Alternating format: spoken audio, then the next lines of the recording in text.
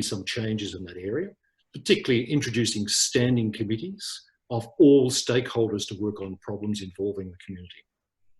When I look at the other issues to do with governance, I look at videos. I think that all meetings should be videoed, live streamed and websited afterwards.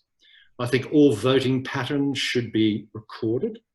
I think we should move our archiving from 2 to 10 years so people can go back and check what's happened.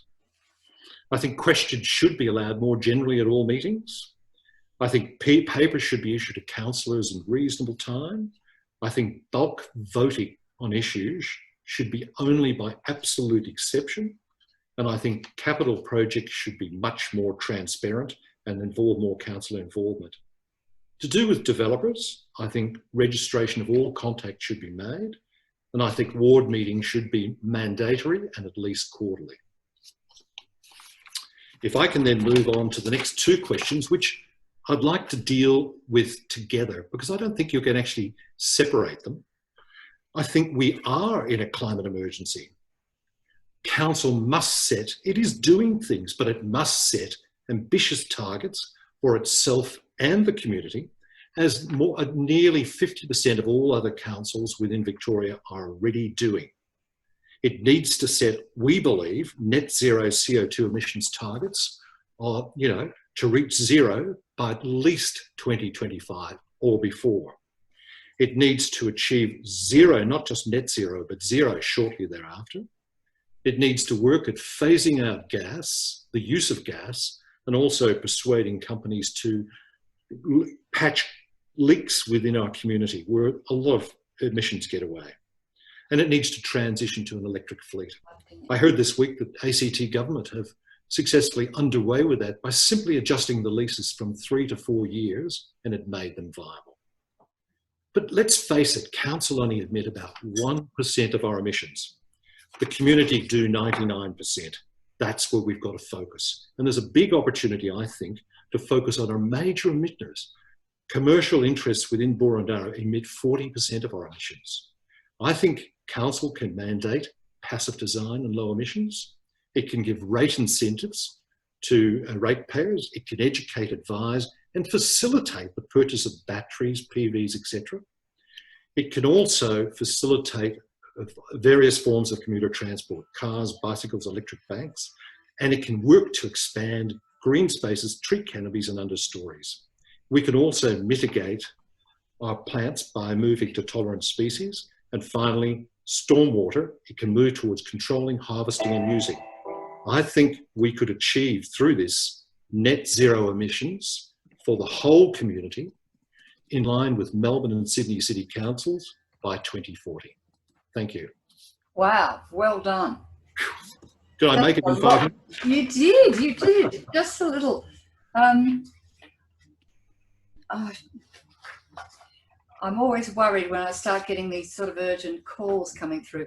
I can't take them. Maybe you could just check that for me. Okay, that was lovely. I'm very happy that you managed to get so much information to us. We've probably got quite a few questions that we can follow up with this. And now let's move across to Lindon. Hi everyone, thank you for taking the time tonight. That's pretty incredible, and Wes, you've given me a tough act to follow, so hopefully you'll understand where I'm at. I'll get Julian. So I'm Lindon. I'll get moderator Julian to contact you, Florence. And I guess I'll just jump right into it. So with the first question, am I satisfied with the current processes for open governance? And the answer is absolutely not. And for me, I think the measure that I'd like to go on is how readily people who want to know what Boroondara Council are up to, how readily they're able to figure it out, and how simple it is for that information to be disseminated and accessed. There are a few things Wes said that I think are absolutely spot on and wonderful. Extending archives from 2 to 10 years. I hadn't considered that personally, but I think it's a really wonderful idea. And post-COVID, I think streaming services are fantastic. Why we haven't done that before now is a bit beyond me, because it's a inexpensive way that lots of people have more access, be it because they aren't able to attend meetings or one of those things where if you ask most residents, they might not know what's going on with their council, despite the fact that they actively pay for it. So I think that's a really large issue. And what's something council isn't currently doing that I think they should be doing? Well, the thing that's been on everybody's tongue this evening, and I think appropriately, is community involvement. One thing you'll notice if you have a look at climate action plans with Boroondara Council is it's all council-sided. Things like making sure that council buildings have zero emissions and that street lights are made more environmentally friendly. And at the end of the day, those things are great, but they have very little tangible impact when compared with what you can do if you get an entire community together. I think the way we go about that is much like what Craig said, where we incentivize people in the community to get solar energy. We make it possible for them because it's not financially available to everybody.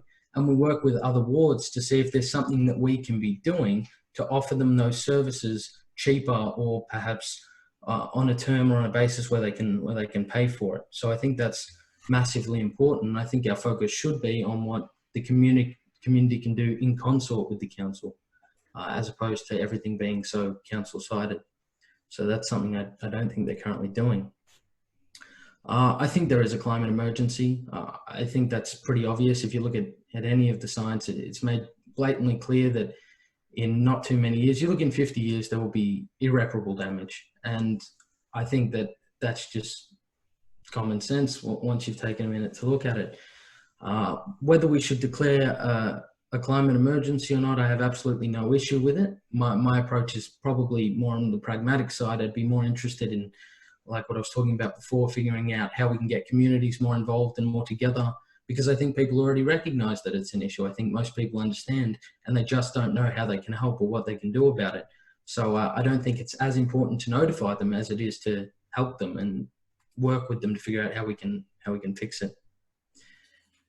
So this sort of I already talked about, but what role should council play in reducing community emissions? Well, one in consort with the community, as opposed to one that is so council reliant and so council sided. And by what year should council aspire to achieve net zero community emissions? This one is complicated, and I think the reason it's complicated is before we can answer that question, we actually have to put in place plans for the community to work together. I wouldn't want to wager a guess about what year we could achieve that if I didn't know how accessible we made community energy alternatives. Once we figure that out, then we can come up with a real plan where we can say in 10 years, this is where we're going to be. But before we get there, the first thing is providing people with the means to actually change their circumstances. Because I think most people do want to help, and they either lack the knowledge or the ability to do that. So a lot of what I stand for and a lot of the things that I think are important are just that, making sure that the community has those tools at hand and making sure that council gives it to them, which I think is most certainly a part of their role. So I think that sums up the three questions. The other thing I'd say, there's been some discussion tonight about a lack of infrastructure, green energy infrastructure. I personally, from what I know in Boroondara, the only charging station I'm aware of is on the second floor of JB Hi-Fi in next to JB Hi-Fi in Camberwell, and that's just ridiculous. I mean, I only know that because I happened to walk past it one day, but that's not good enough. I mean, it totally dissuades people from wanting to pick those alternatives, even if they could.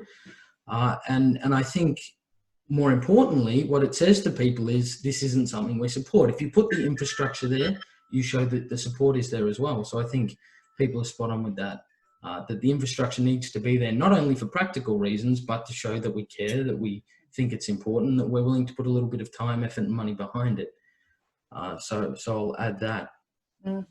I think that'll cut me up in summary, because a number of the things I wanted to say were summed up so eloquently by Craig, and I'm probably not quite as well informed on a couple of these issues as Wes, so I'll choose to forgo there. But any questions anybody has, I'd be more than happy to answer. So thank you for hearing me.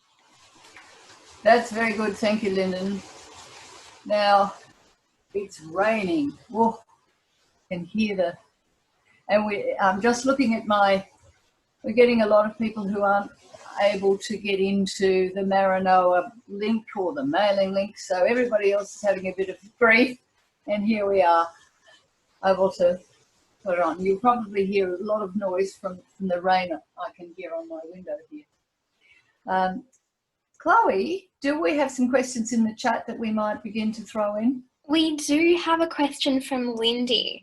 So she says that she's noticed a lot of the beautiful older homes in Boroondara being renovated and pulled down in favour of larger apartment blocks. And what are your views on this? And what would you like to see done about it? So we take that in turn. Wes, would you like to go first? Yes. I mean, there are some very meritorious old homes, and we've got lots of heritage overlays throughout the municipality. But when you look at what coverage you get from for the lovely old homes within the breakdown of those ordinances, I've chosen a couple of homes that I really admire and looked into how they are protected. The protections just aren't strong. And it's really left up to the discretion of the planning officer that happens to be given the job how protected they are. And more so than that, I think that one of the biggest things we face is from planning regulations being fed and controlled from state government. You would all have seen the blocks going up along main roads. You might have fretted about those, and rightfully so. And a number of areas where we've tried to stop overdevelopment and state government stepped in and controlled that. I think one of the ways to overcome that is to, in fact, have a very good, robust planning scheme that is defensible. And I think then council can go to bat with the state government to get ourselves an awful lot more leeway. I've worked on developing these schemes before, and I know when you have a robust scheme, you get left alone to a large degree. And one of the reasons we need to be very, very good at it is we're certainly being targeted for development. Boroondara has been picked out, Camberwell's been picked out, and a few other suburbs have been picked out. And state government are targeting them for 70% of all new development. We need a very strong council that can resist that. And I'd love to play a part in assisting with that. Do you see the issue as being at a state level? The planning issues are so often determined at VCAT level? It's twofold, Carolyn. There's some things that are very difficult to get over because the state will have a very hard clutch on them. And things like, they set certain rules you've got to abide by. But there's a whole raft of other rules which the local planning department can apply for buildings that go through planning processes. But some buildings don't go through planning processes, and we've a lot less control over those. Mm. But I think it's a matter of strengthening up both our rules and our relationships with state government to make sure we get that protection. Okay. Lyndon, I'll give you a turn. Oh, thank you. So this is one of the things I feel very strongly about, and certainly one of the reasons that I'm running is the fact that I think that the beautiful homes around here are at serious risk.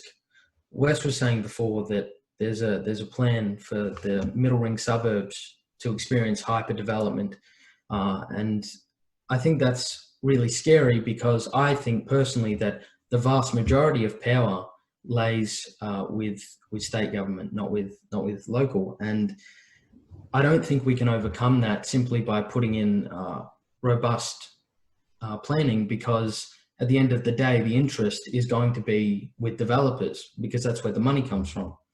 I think what is more effective and perhaps will serve us a little bit better is making more noise, making it very clear that the residents of Boroondara, Glenferrie in this case, are extremely unhappy, and make it clear that they're not going to support a government that follows that policy, that goes with that idea, and that chooses to side with lobbyists that are development minded. For as long as the money is there and for as long as they feel they're protected in supporting people with that money, they are not going to change. They're going to keep going through the processes we have now, where even if local council decides that they dislike some of the development, it just goes straight to VCAT and that's that. They get quashed. And it's horrible. I think what we have to do is make a lot of noise and make our case that we're protecting it not only because we love it and it's cultural and it defines our area, but because there's real financial benefit to it.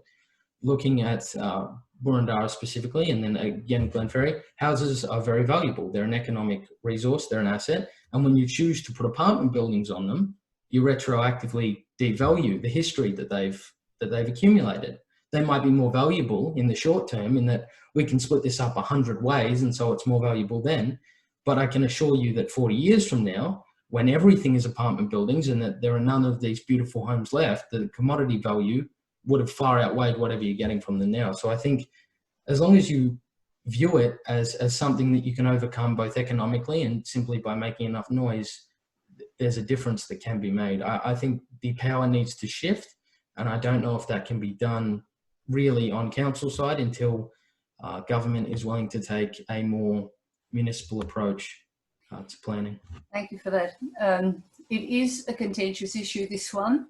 It's one that is constantly in debate by climate activists too, because the issue of how you live, what your footprint is, how communities can live lighter, can live together in smaller spaces, does often look like buildings that are medium density at the very least, if not high density.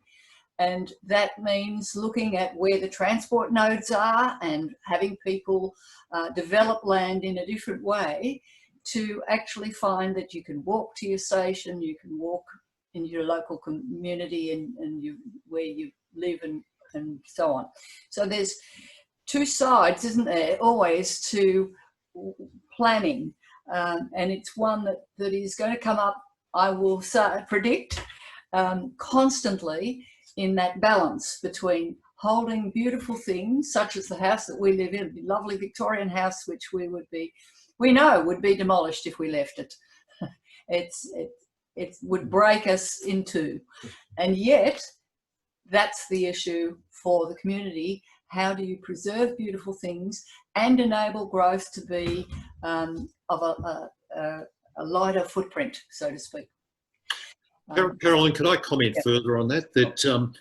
I think there are certain areas within our municipality that we can provide options for dwellings. And I think what you're getting to is there are those of us who can afford to and can live in lovely old Victorian houses, but there are lots of others that choose to downsize or can't afford the large house. And we want those people as part of our community too.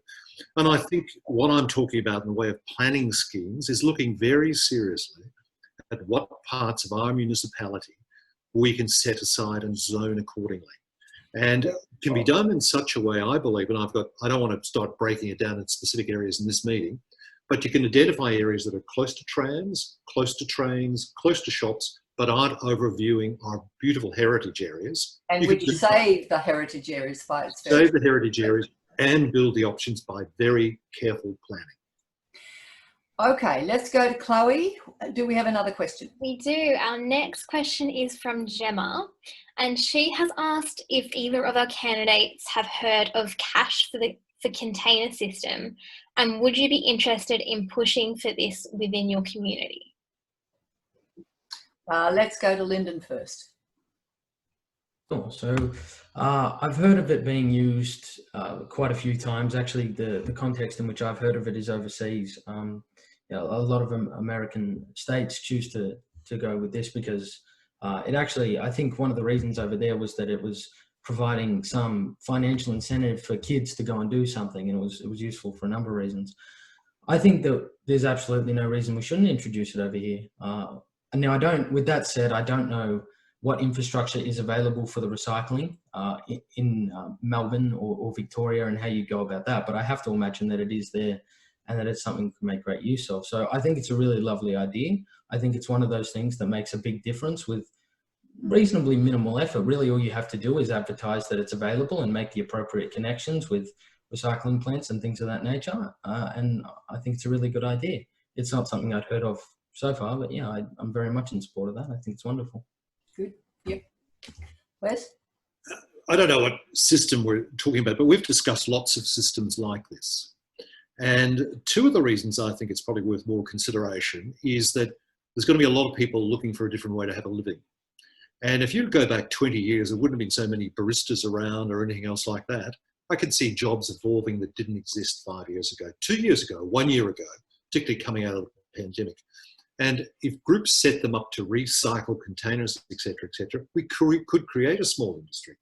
The other reason I think it's probably worth having a look at is we have areas, Glenferrie is a really good example, because one end of Glenferrie Road is a lot of small takeaway shops, fast food shops, catering to a student population. And that student population is becoming ever more conscious of the environment, recycling, rubbish, et cetera, and I think they may well be open to trying schemes like that in that portion of Glenferrie Road. So I certainly think it's worth having a look at, and it's probably the time to have a look at it. That sounds healthy to me. Chloe, next question. Yes, our next question is from Fiona, and she's asking, suburban Melbourne is losing its tree cover. How will the candidates ensure a retaining and increasing the volume of vegetation within both private and the public development?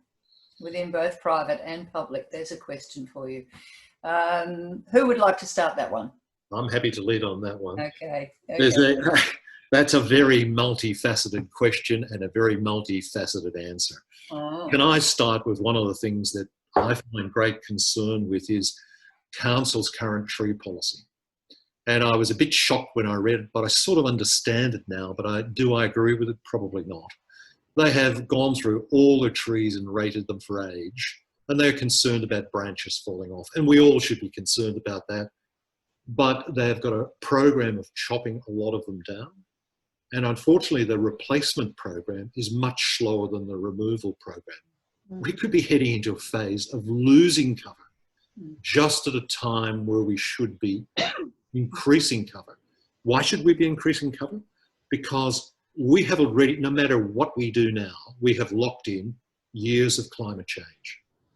So, and whilst at the same time we should be trying to cut back on that climate change, we have to deal with the climate change we have already locked in. We should be increasing green areas. We should be increasing tree cover. We should also be increasing understory planting for biodiversity. Now, you've raised the other question of public versus private, and that gets us into the whole realm of McMansions and oversized development. And I think we need to have a long, hard think about how we deal with that. It's back to the issue, Carolyn, you talked about before, can we afford to live in larger houses? Those larger houses often come with lovely gardens, which gives us those green areas. The type developments often don't. But I think there's probably ways of dealing with that. If we move to areas where we do provide options for dwelling, we need to look at seriously at green roofs, green walls, and at the same time as doing those developments, set aside more public open space to compensate for the higher density developments. So I think there's a whole series of answers to that. It's a very complex question, but we seriously need to do it and deal with it fairly soon. Thank you for that. Lindon. Thank you. So this is one of these issues that I haven't maybe had as much time to look at as I would have liked, but I will say this: the rate at which we not only replace trees, I suppose it is replace trees now, but decide that we'd like to plant new trees and incentivize the community to plant trees, you know, which really they can't do unless they are fortunate enough to live somewhere that has the garden space to do that, is really unacceptable. I'd go as far as to say it's not something that council is particularly concerned with at the moment. It's probably the 15th lowest thing after the 10 other things on their agenda, because it probably just doesn't seem that prominent. I think what's really important is, for the space we do have already, the green spaces, make them as abundant and beautiful with greenery as humanly possible. Some of them have more space that could be used. What comes to mind for me, because I'm there all the time, is Grace Park. Of course, you need space for dogs and people to walk around, but there is a lot of opportunities to use empty space as it is, more greenery, more cover. The other thing that I think is really important is with the number of apartment buildings that seem to be popping up especially university apartment buildings, to try and encourage more green walls, more green space. Try and find a way perhaps to work with the owners' corporations to see if there's something they can be doing to incentivize the people who live there to be doing that. I think what we're going to run into trouble with is when we start trying to force an issue and open up more green spaces, when we have things that we can work on now, places we can open up now to be giving us a much better output, much more value with what we already have. And I think that's really important. The other thing that Wes was talking about, and that I fully plan to look into more because it interests me greatly, is the policy of cutting down trees because they're a potential risk. One example I give, I have a friend who lives in Kew, and he has a beautiful, big, lovely home, many grand trees, and every other day he is getting a letter from council saying that he needs to cut back, that there's been complaints from neighbours, there's been this, that, or the other thing, and I've seen them. They're not an issue. They're really not. They don't go over the fence. They aren't interrupting any wires. There's nothing wrong with them. And I have to wonder how prominent an issue like that is and how much difference it's making to people that are trying to do the right thing, that have these beautiful green spaces and are being interrupted for seemingly no reason. So I think what we already have could absolutely be magnified, and I think protections need to be given to people who are trying to do the right thing. So that's what I'd say on that. That's very useful, very interesting. And I think this is another issue that you will find a lot of community spirit about. This is our beautiful leafy suburb that we love the trees in. At the same time, we're cutting them down faster than we're replacing them at the moment. So that is going to be an ongoing issue. Chloe, what else have we got? Our next question is from Julian.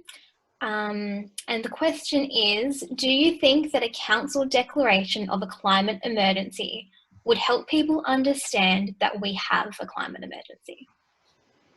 There's a question for you. It's one that I decided against posing for Craig, but I think he gave us an answer anyway. So let's go to both of you. Let's go first to Wes. I do think we have a climate emergency, as I said at the outset, and I think it does a couple of things. It gets council officers to focus on how, in fact, it's part of a major training program within council, and it gets council officers focused on the fact that council is real about this, and they start to look throughout the whole detailed business to find areas that they can save and do better things.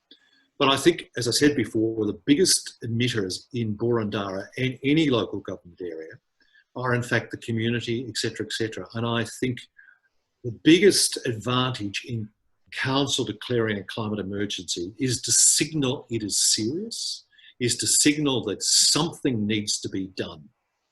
And then to bring behind it a whole program of training, education, support, facilitation to help the community, the big emitters, the real emitters, the low-hanging fruit, to make those changes. So it's real and it's symbolic both together. Mm-hmm. Useful. Lindon.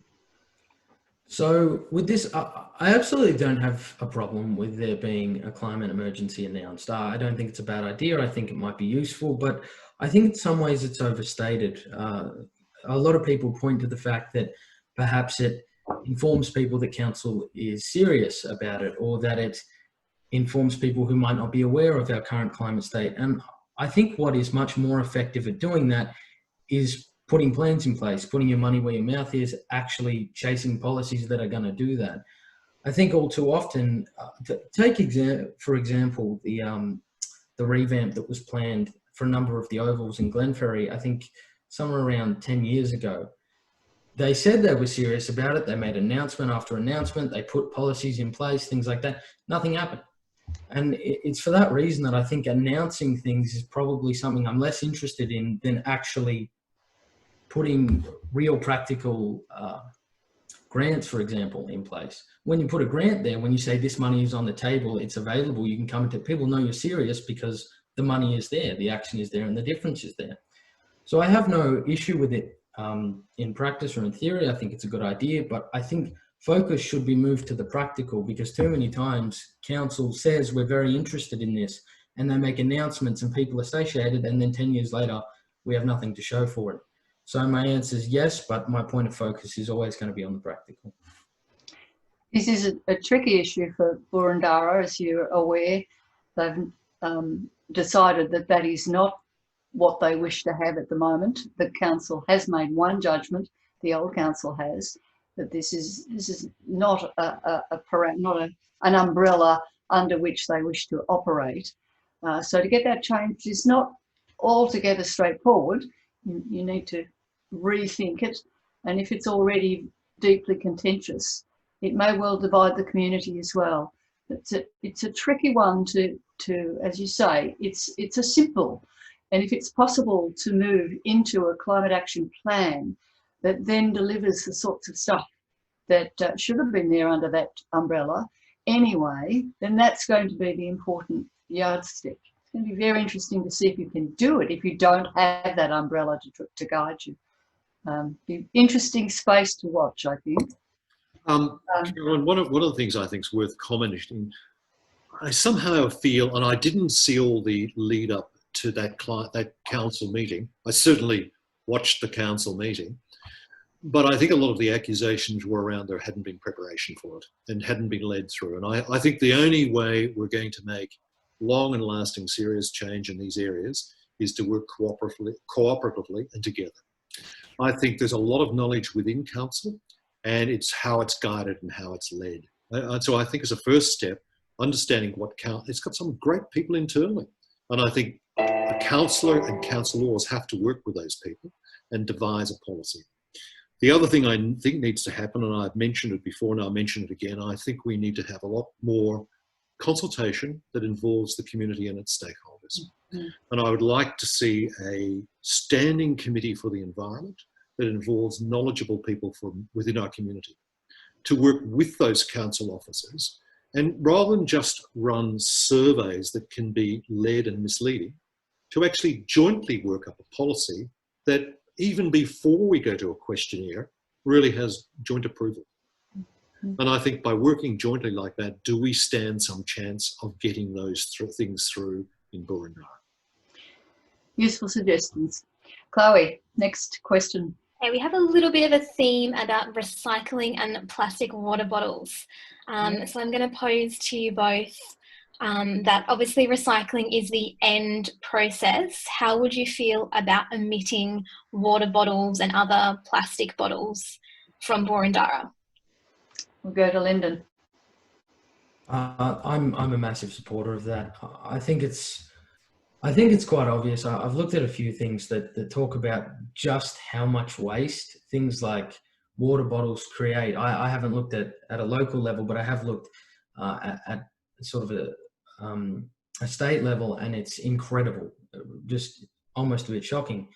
And I haven't really heard any arguments as to why it's a bad idea. I mean, very rarely is a business going to be hard pressed because they aren't able to sell plastic water bottles anymore, for example. I think better than recycling things is where we can, just preserving plastics to begin with, not disseminating them, not putting them out. So I'm a big advocate of it until there is something that would suggest it is a good idea, and I haven't seen anything, that it isn't a good idea. Then I'm all for getting rid of plastic bottles where feasible, and I think it's feasible in most places. Wes?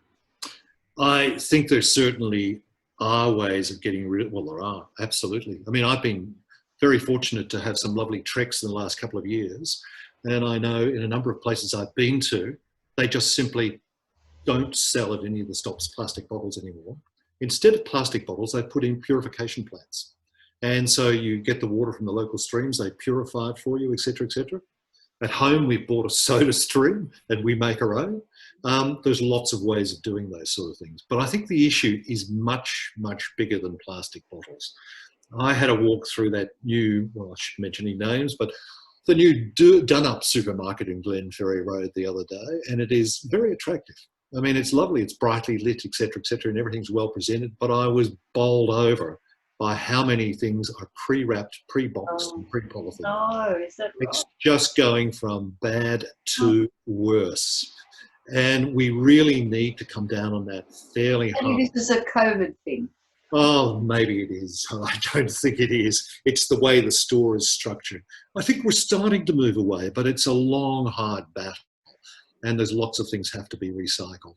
I also think we need to tie it into a long-term stream for recycling as well. I mean, soft plastic is one example. And only a couple of supermarkets take them as something like soft plastic bags back. But I've seen roads construct of recycled soft plastic bags recently.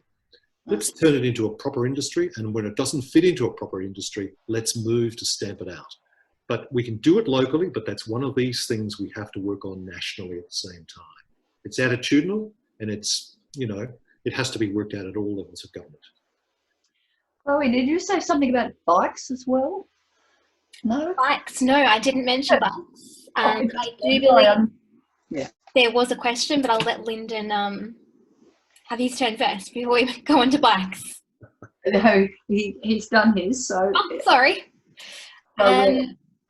My next question was continuing on the same lines as the previous question.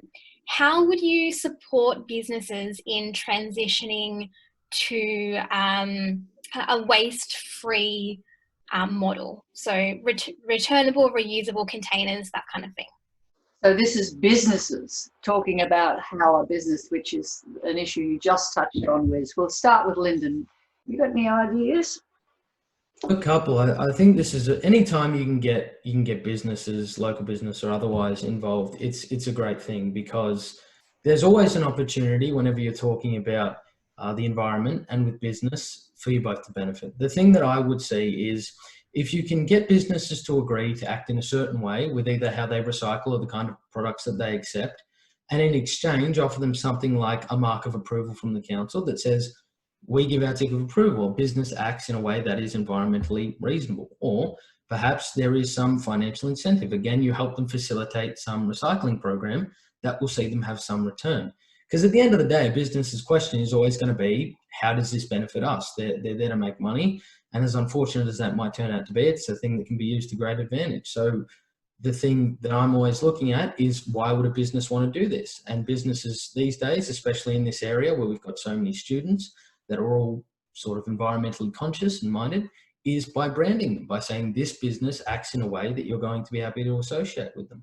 I think that's a really wonderful first step, just by saying council believes in this, and so do they. So you should purchase from them and not necessarily the person who works next door. Yep. Wes? Well, I think the first step is everyone attending this meeting. And if we make a decision not to buy things that are wrapped like that or have non-recyclables with it, the use of those things will die out fairly quickly. And we're looking through our pantry and saying, what can we or can do without, or what should we change to? And I think we're the first line of defence. But your question is really targeted at, if you're on council, what do you think you can do? And I think I'd like to wrap it into an earlier comment I made about consultation. I think we have a big challenge with a shopping centres well beyond waste, that is to keep them viable. Almost 20% of Glenferrie Road looks like it's going to be vacant. And it's happening around the world. It's not just coronavirus, it's buying online, it's all those other things that are creating those problems. And I think we have to find a way to seriously revitalise our strip shopping centres. And I think we can. There's experimentation going on around the world to do with that. And I just think, again, I believe we need a standing committee with the stakeholders. We need the traders, we need the shop owners, we need the people who do use those shopping centres or could use those shopping centres to work together, to work on ideas to how to revitalise them. And the whole idea of the waste stream is one of those things that can easily be built in. Now, if we target and deal with this together as a shopping strip, as a region, and come up with solutions that are joined together across a number of businesses, shops and areas, we're more chance of getting success. And couldn't that be a wonderful advertisement for that shopping area that it is, I mean, using the word that Lindon used, branded. brand an area as well as a product as being, sensitive to those sorts of things, I would think people would get much more enthusiastic about using them. So let's throw it into a general debate, general discussion, and deal with it together. Very good. That's lots of food for thought. Chloe, we've probably got enough. We've got at 5 to 9. We need to sort of round it up to give you the chance to do the why vote for me bit. So we've probably got time for a couple more questions, just quickly. Okay, from Julia. Do the candidates support the revival of the Bicycle Advisory Committee as a subcommittee of council chaired by a councillor? That should be a quick one. Let's start with Lindon. Do you support it? The answer is I do support it. I think there is no doubt that introducing bikes to the community in whatever way you can and making them more accessible is wonderful. Environmentally, for people's health, I think on the whole, it's just a wonderful thing. And I see absolutely no reason not to do it. So it's a very simple yes from me. Good. Wes? No, it'd be obviously yes for me too. I mean, it's back to the consultation process. And I know they're going through a bike policy, although it's just developed a bike policy. But you can't run things by a policy alone. It has to be by discussion and cooperative effort. Excellent. Right. Well, keep going, Chloe. Next question is from another Chloe. She asks, how will you as individual candidates convince other councillors to take action on climate change? Go for it, Wes. Oh, is that important, is it? I don't think I'll stand anymore. Look, I'm hopeful it's doable, and I don't think you could go at it like a bull at a gate. I really think there's a long process of convincing people, but I've got a lot of colleagues that I went through university with, some that are supportive and some that I will never convince, despite being very intelligent people. And it brings me back to a comment I've repeated a number of times before, and I read somewhere about those that want nothing to change. And I think there's a lot of people around us that are like that. They just don't want anything to change, and they blind themselves to reality. I don't kid myself. I don't think it's going to be an easy job. But I'd have to say the more of us that get onto council that are progressive, that believe it needs to be done and it's urgent, the better. And beyond that, I think it's a consultative process with officers, to bring officers with us, to devise with the community very strong, well thought through plans, and also to demonstrate that doing the right thing can be beneficial in lots and lots of other ways. Some of the joint buying schemes at Melbourne Council, Yarra, Banyule, those sorts of places, and Hobson's Bay at the moment, are bringing in energy that is substantially cheaper, and they're proposing to roll that out into the community as well. There can be economic arguments we can bring around this. So it can be done. It's a long, hard road. I don't kid myself it's going to be easy. Lindon. So for me, this is largely the same way that I'd approach how I ask a question to a business, and that's, why would you agree with me? What's in it for you as a councillor with your issues, representing sort of the residents who voted for you? Why do you care? And I think the best way to do it is very similar to what Wes said. Make your economic argument, make your environmental argument, make your community argument. The more benefit you can put on one thing, and the less you can draw it away from being a purely environmental discussion, the more persuaded people are going to be who aren't necessarily in that camp.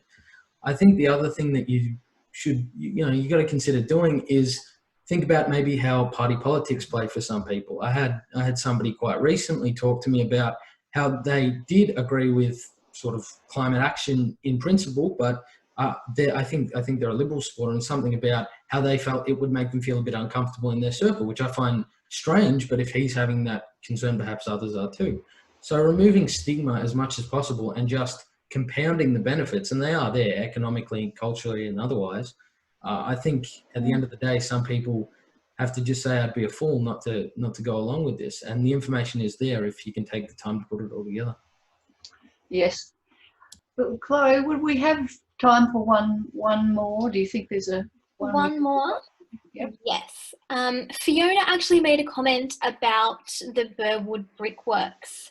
So I'm going to pose the question to you that would you support this kind of development in Boroondara? Do you know that development? I have to say I'm not familiar with the development. Right. Is that the one just beyond the RSPCA building in Burwood Highway? It is, yes. And it's, if I'm right, it's got very big commercial areas, shopping areas, community areas, and then it's townhouses and multi-storey buildings, Yes. etc. And I think it has a lot of gardens as well that are growing things. Yeah, and a lot of woofing dogs next door. Oh, right, perhaps that's true. So it is, let's say it's a medium density, but it's done with a view to look, you know, consultative community living plus sustainable living, as I understand it. I know where it is, but I've seen beautiful renderings from real estate agents on it, but I don't have the exact breakdown. But given Perhaps just a matter of principle then. Yeah, no, given where it is, it's bounded by main roads, and it's an ideal place to do experimentations and that sort of thing, and to try higher density living, lower density living, medium density living. It's got a wonderful area that you can start from scratch in. And the brickwork from memory left behind great pond areas that I believe can be turned into water features and things like that. There may well be areas, it's very hard to find blocks of land in developed suburbs. We may find some of those around we can do those with. That's a wonderful example of providing a wide range of alternative dwellings without impinging on wonderful heritage areas. So if you've got the right area, absolutely. I think, Lindon, would you like to make a brief comment, or is that I'll just say from what I've heard and what I can see in the chat about them being very environmentally minded in its construction, and the fact that it might not serve a brilliant purpose otherwise, you know, that they've made really good use of the space. In concept, I think I'm an advocate for it, but reservedly without seeing it. Well, thank you both very, very much for your contributions tonight. I think we've had what I'd call a very enjoyable discussion. It's just been very interesting. The questions have been great. I think we have a number of questions for you still in the chat, and we will make sure they're saved. I'll do that right now. And you can save the chat. You can have a copy of those to take with you, just so that you understand perhaps the range of things that the community is interested in. I'm very grateful to everybody out there. I'm going to now give you a chance to do a little sum up. You've got a maximum of 2 minutes. You don't have to use the full 2 minutes, but you just need to say, this is my last opportunity to speak to you before the election in a face-to-face way. Why would you vote for me? And we'll give you 2 minutes each. Who do you want to start with? Lindon. Okay. Sure. So thank you everybody for attending tonight. It's been incredible. I didn't imagine there'd be so many people here, and it's wonderful to see that there are. Look, in summary, the issues that I'm very concerned about are, for one, emissions, the environment generally, our heritage properties and the culture of our community being diminished, the things that we can do for businesses coming out of COVID, because I think in many ways Glenferrie is defined by its local businesses, and they add a lot. And just transparency in council. I think that's a huge thing. People need to know what's going on. They deserve to know what's going on. And I think it's absurd that if you're paying rates, you don't know what's happening with them. So those are the issues that I'm concerned about that I think are very important. And anybody who has any questions, please feel free to call me day or night, shoot me an email, and I'm more than happy to answer. So thank you all very much for coming. And Carolyn, it's been a pretty incredible event. I think you've done a bang up job. Oh, that's wonderful. Thank you, Lindon. Well, Wes? Yeah, I'd likewise to thank you for putting on tonight. I've been through some very funny sessions in the last few weeks, and all have not been as enjoyable. But so be it. That's part of an electoral campaign, and it's great to see so many enthusiastic people joining together with a common purpose to do this sort of thing, and for all the very useful and well-structured questions, and for not getting stuck into us, which is terrific. But you should, if you feel like it, please call. Look, I'd just like to summate by saying the evidence for climate change is absolutely irrefutable, and I'm gobsmacked that people still try to do that. yet we have a federal government that is in denial and instead is recommending unsustainable economic solutions. It just pushes the whole problem back, as Craig Rucastle was saying, onto state, local government, private industry, and we've got some wonderful individuals dealing with it. And but we all need to work in consort. But Boroondara must do its bit for Boroondara and for everyone. And I think I can bring to that many, many years of experience in getting projects done. And I'd love the opportunity to bring that to Boroondara Council with your help and support. So thank you again for tonight. Thank you very much, both of you. That was very well done. We enjoyed listening to you. You were both very good speakers, and I think from all of us, we wish you very well in this election. I think that there will be people in the audience who might well like to get in touch with you to give you some support. You've probably got less than 2 weeks to do some additional work in the electorate, and if there are people, I'm sure we did put in the chat as well, the VEC website that's got everybody's contacts. So please, if you don't have direct contacts for either of these two and you'd like to speak to them further, then you should go onto the VEC website and get their details and go straight to them for it. Chloe has put down, there is a link there, isn't there? There is a link there, yes. Great. There it is for you, right at the bottom there. And if you save the chat as well on your computer, you've got all that information for your own use. That's the timer for me, probably. I think that's pretty much the night, the wrap. One of the things that we always do at the end of our meetings is to say that this is not the end of it. In 4 weeks' time, we're doing all this again in a different way. We're doing forests, can you believe, which were one of the big issues that I think we always have to grapple with is how do we grow and keep these marvellous carbon sequestration mechanisms, both in terms of our own community and as forests. And next time we're dealing with the forest issue. So we would look forward to seeing you all there. It'll be up on the website, and we'll be looking for you to participate further. I think, Chloe, is there anything else you'd like to add? No, just to say thank you everyone for coming along and supporting us. Thank you, Chloe, for doing the hard work of going through all the questions and finding some suitable ones to share with us tonight. Thank you, everybody. Really appreciate your patience and the fact that you've been through our experiment of working off 2 Zooms in one night, and we appreciate the fact that you've put in such good questions.